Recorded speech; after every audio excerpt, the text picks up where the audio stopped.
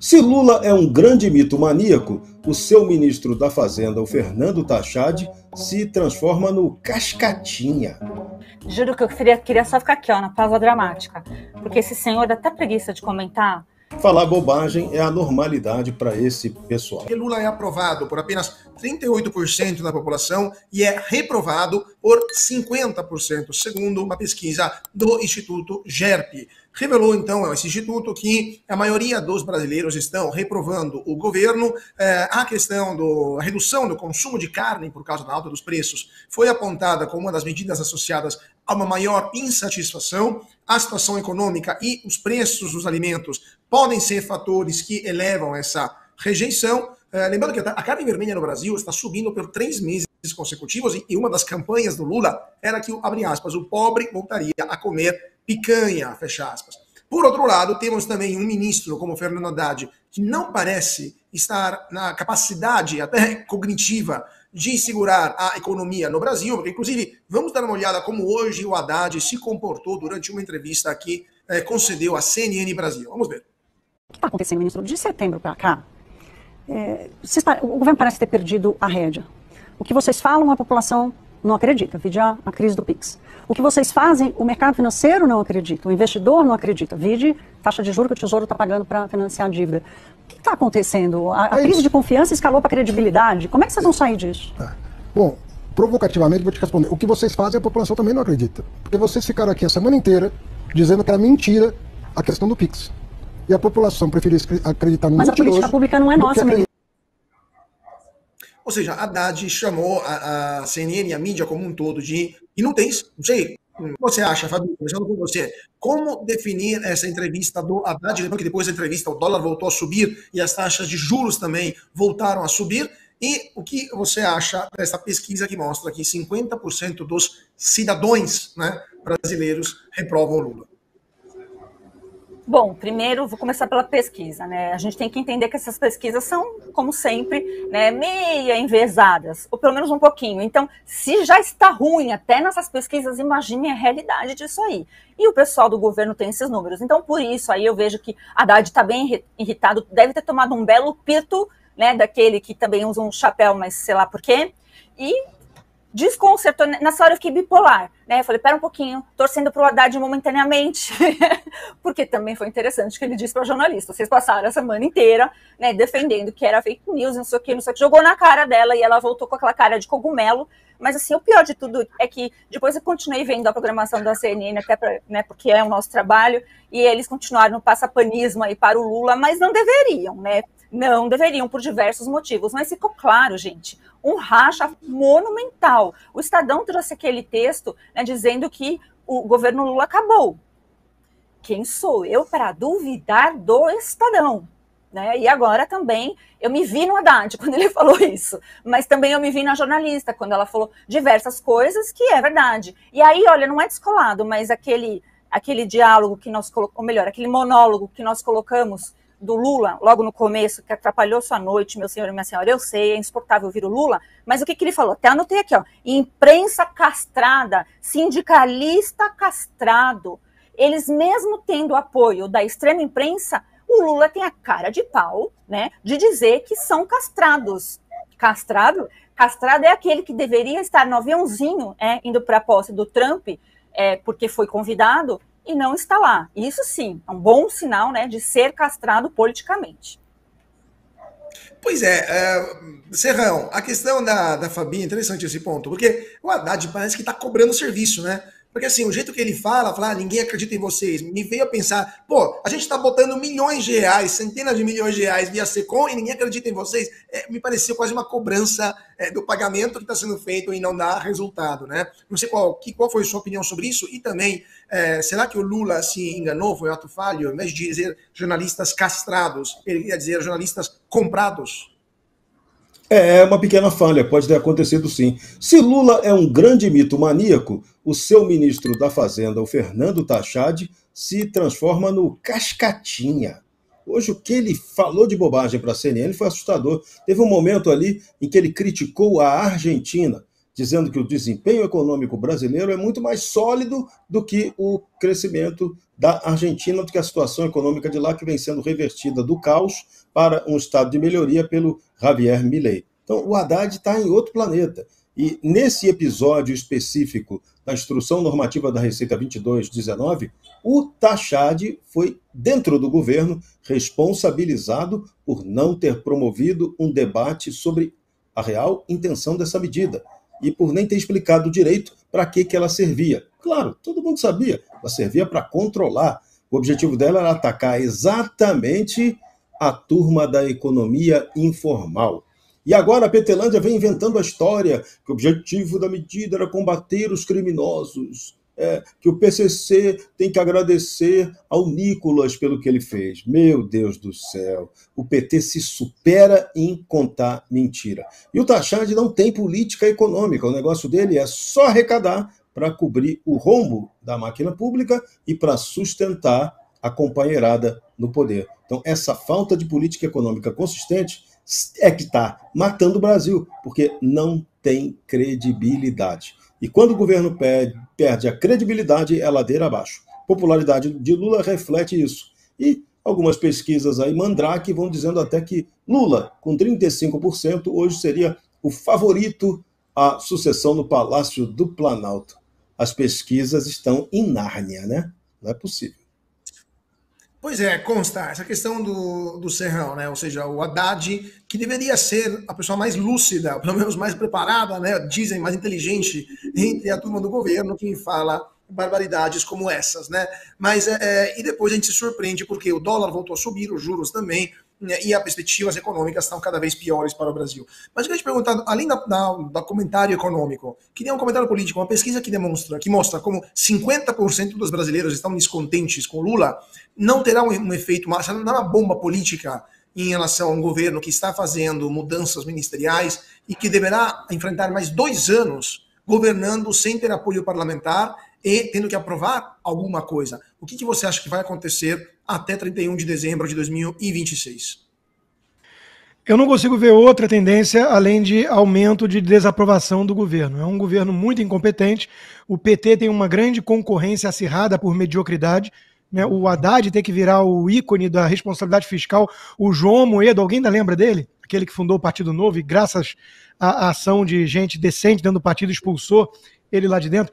Ele disse que o Haddad é que representa a racionalidade e a responsabilidade dentro do governo. Quer dizer, quando o Haddad vira o símbolo de responsabilidade e racionalidade, é porque acabou, né? Imagina uma coisa dessa. Aliás, no embate dele com a imprensa, é o único caso ali raro de que ambos têm razão, né? Ninguém mais ali tem credibilidade alguma perante a população.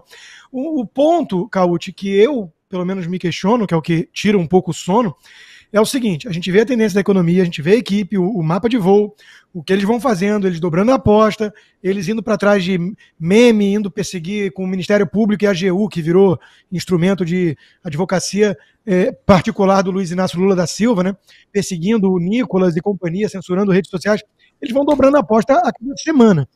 A minha única dúvida, para ser sincero, é se dá tempo da população acordar e descobrir a força que tem para parar o Lula antes que ele pare o Brasil, ou seja, um impeachment, porque todo mundo fica apostando em 2026, essas coisas, pode ser tarde demais. Esse é o único ponto que eu tenho dúvida, porque tirar o Lula e o PT é fundamental. Mas o Dirceu também não está dormindo no ponto, ele sabe o que está acontecendo, ele sabe o que aconteceu no verão passado com a Dilma. Então eles já cantaram a pedra, ganhar a eleição é diferente de tomar o poder. Na Venezuela, o companheiro deles tomou o poder, e não tem economia ruim que tire agora. Em Cuba, há 60 e poucos anos, o companheiro deles tomou o poder. E não importa a economia ruim. Então, meu medo dá tempo do Brasil usar instrumentos semidemocráticos ainda respirando por aparelhos para tirar o larápio, ou eles já vão ter cooptado tudo, calado a população, cooptado Forças Armadas e comprado as quengas de aluguel disfarçadas de jornalistas. Terminamos hoje com um pouco de leveza, porque a Rede Globo registrou a sua pior audiência da história no mês de dezembro. Uma queda que reflete a perda de espaço para outros formatos e plataformas de entretenimento. O influenciador destacou em vídeo um dos modos que os artistas, em detrimento das próprias convicções, dão preferência para os ganhos financeiros. E o deputado federal Carlos Jordi destacou em comentário que isso é bastante cômico, é bastante irônico, e o que eles não fariam para captar dinheiro. Mas ele se referia a um vídeo que mostra como os artistas da Globo pisoteiam até suas próprias convicções para ganhar dinheiro. Vamos dar uma olhada, então, nesse vídeo. A linguiça defumada Perdigão voltou. Ainda bem, afinal foram 10 anos como a mais vendida. Bom, se ela foi a mais vendida por tanto tempo, é porque é uma delícia. Se é uma delícia, é óbvio que é a minha preferida. Por isso o feijão lá de casa só pode ser com ela. A linguiça defumada mais vendida do país por 10 anos, só Perdigão tem. Eu sou vegetariana desde os meus 13 anos. Tem 40 anos que eu sou vegetariana. Caramba. Pessoal, vocês acreditam mesmo que esses artistas estão dedicados a combater fake news? Vocês acreditam que grande parte da televisão aberta estão aí dispostos a combater fake news? O vídeo do Nicolas foi uma amostra. O que esse pessoal sente falta é ali do monopólio de manipular a população. Eu queria saber o que a Angélica e o Luciano Huck têm a dizer sobre essa propaganda. Bom, segundo o deputado Carlos Jordi, abre aspas, se fizeram isso por causa de um comercial de linguiça, imaginam que não fariam por milhões da lei Rouanet, apoiariam até o capeta por dinheiro. Jorge Serrão, fecha aspas. Jorge Serrão. Angélica vegetariana, Luciano Huck é judeu. Não me parece que os judeus comem linguiça de porco, né? Pelo menos não os judeus que eu conheço. Como é que é? Se para a linguiça eles fazem isso, como é que fica com a lei Rouanet?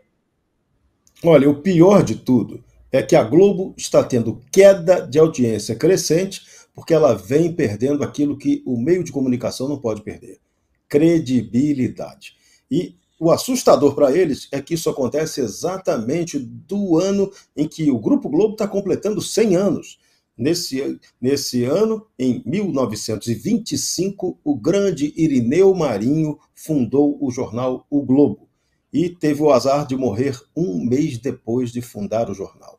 A história desse cara, o esforço dele para fundar o jornal foi algo assim impressionante. A contribuição que naquela época ele deu para a imprensa brasileira foi fundamental. E hoje o que a gente está vendo na Globo, ela agride tanto a tradição do próprio Irineu Marinho, na sua concepção originária, quanto do próprio Dr. Roberto Marinho, filho do Irineu, que o sucedeu depois, que criou a Rede Globo aos 60 anos de idade e que montou esse mega império de comunicação. Então, o problema da Globo hoje não é apenas a concorrência das redes sociais e dos novos meios digitais. Não, é credibilidade. Isso talvez tenha condição de recuperar, mas vai ter que mudar profundamente o modus operandi. Atualmente, esse modus operandi vai levar eles a perder cada vez mais audiência. Fabi, você concorda com o Serrão? É reversível essa situação de perda de credibilidade? Ou a Globo já se condenou à irrelevância e não tem mais volta? Antes disso, pequena correção, o deputado que a gente viu no vídeo não é o Carlos Jordi, claramente, mas é o Luiz Lima. Então, peço perdão, fica aqui a correção. Voltando, Fabi, a Globo tem volta ou já perdeu a cara e não volta mais?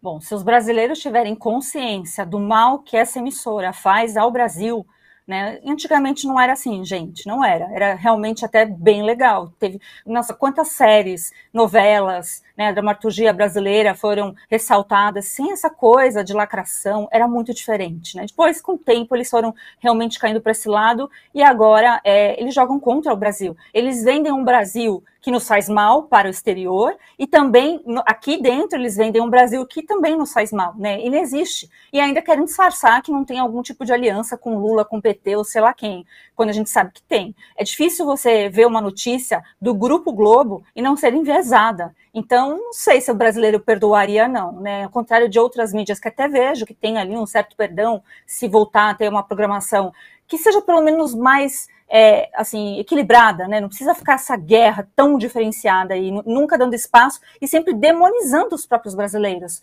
Eu vou dar um exemplo aqui, eu vou personalizar. Daniela Lima, quanto que ela zoou de nós brasileiros no ano passado, né? Então, assim, são coisas que vai além, né? Se supera. E, infelizmente, quem cuida de marcas no Brasil deveria saber que brasileiro é um povo que não esquece. Pois é.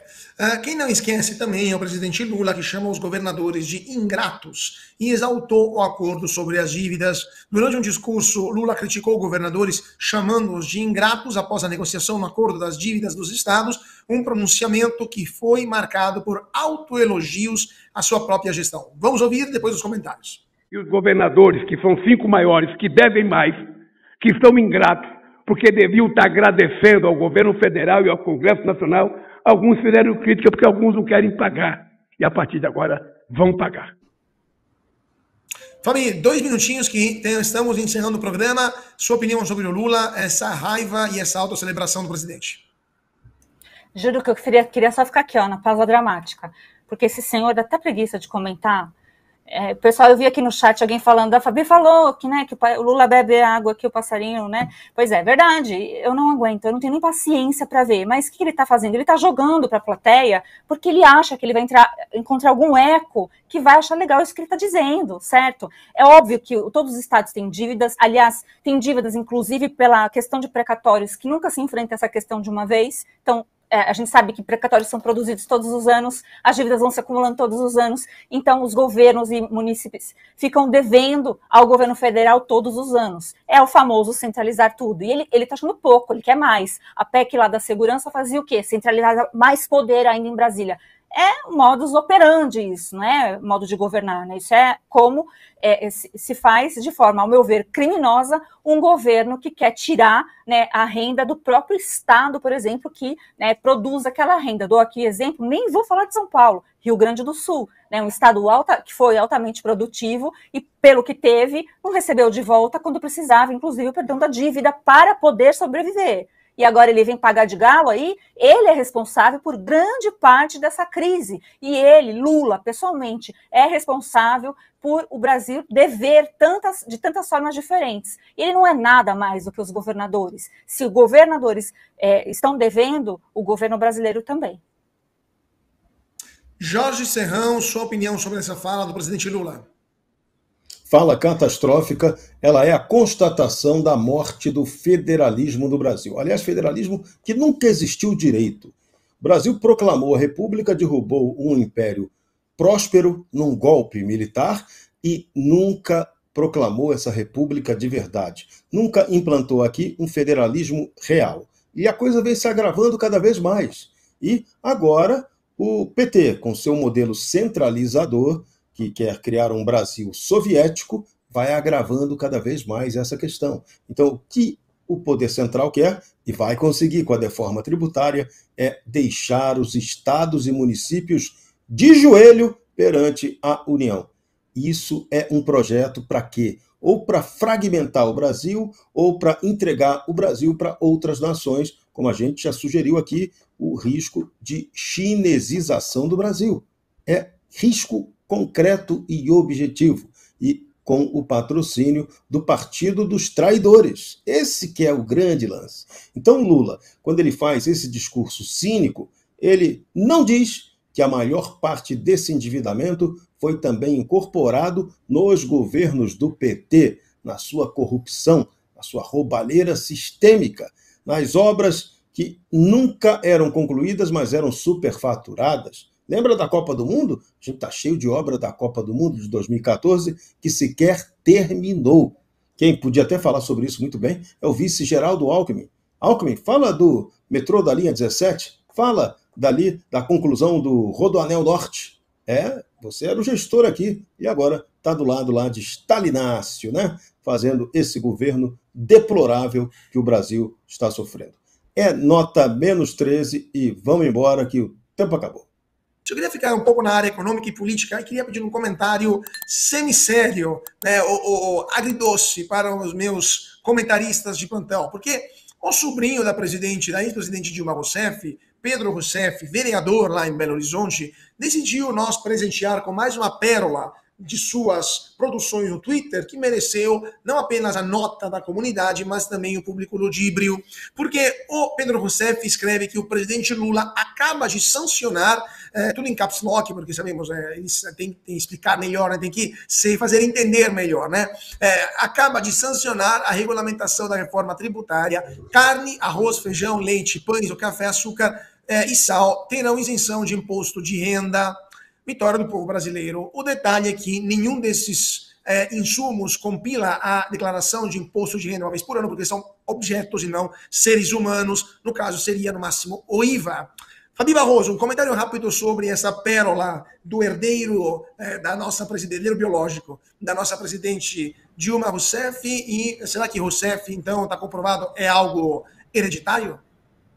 Comprovadamente. Essa é a tese, né, da grande, ou melhor, a teoria da grande tese que o fruto não cai longe da árvore. Ou melhor, você vê a árvore pelos frutos. Então, olha que a árvore, né, mãe aí da Dilma acabou dando, né? E gente, o meme vem pronto, vem pronto. O Joaquim Teixeira aqui só precisa pôr a cara dele, não precisa falar nada, né? De publicar nas redes dele. Depois a esquerda fica falando que nós somos organizados. Não, eles apelam, gente, não dá, não dá, não dá. E olha que eu acho que esse também deve ser um dos casos que é o tipo de homem adulto que se passa por garoto. Eu sei que não deve ter a idade do Lindeberg lá, que quis passar de, né, jovem como o Nicolas e tem 55 anos, mas também, né, tá se passando aí de tonto. Então, olha, é incrível. Esse pessoal tem pior do que Dilma, né, no nome aí, Rousseff, ele tem também a síndrome de Peter Pan. Pois é, Jorge Serrão, seu comentário também, tá dando uma olhada. Esse cara foi eleito vereador de Belo Horizonte, lá em Minas Gerais, 17.595 votos. Como que você avalia aqui? O Pedro Rousseff, que não é a primeira vez que passa vergonha nas redes sociais, inclusive ele é famoso por ser divulgador de notícias falsas também, conseguiu se eleger lá em Belo Horizonte como vereador da cidade. Isso acontece, né? O PT tem alguma força, o nome da mãe dele lá ainda tem adeptos, seguidores dela. Então, isso acontece. E ela hoje é uma pessoa poderosíssima, presidente do Banco dos BRICS. Poderosíssima, trabalha na China, trabalha para a China, já recebeu medalha lá do Partido Comunista Chinês, alta honraria. Então, falar bobagem é a normalidade para esse pessoal. A gente não pode aceitar que isso aconteça, que essas fake news que essa turma espalha sistematicamente se tornem aí verdades sendo reproduzidas e eles acusando a oposição de fazer exatamente o que eles fazem, ou seja, contar mentira o tempo todo.